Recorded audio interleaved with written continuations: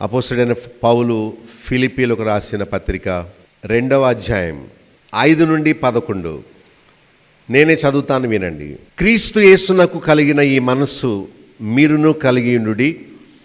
ఆయన దేవుని స్వరూపము కలిగిన వాడై ఉండి దేవునితో సమానముగా ఉండుట విడిచిపెట్టకూడని భాగ్యమని ఎంచుకొనలేదు గాని మనుషుల పోలికగా పుట్టి దాసుని స్వరూపమును ధరించుకొని తన్ను తానే రిక్తునిగా చేసుకొనెను.